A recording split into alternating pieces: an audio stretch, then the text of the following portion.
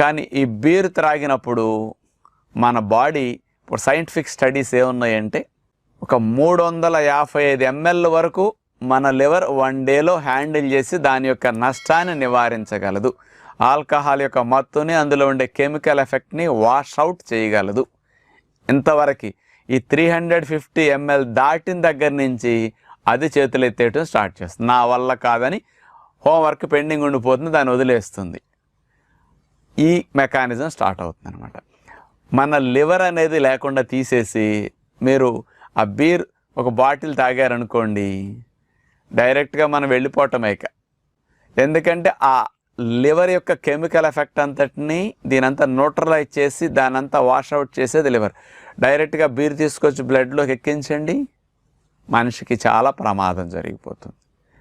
అంటే లివర్ అనేది ఒకటే డీటాక్సిఫై చేస్తుంది. దాని యొక్క కెపాసిటీ 355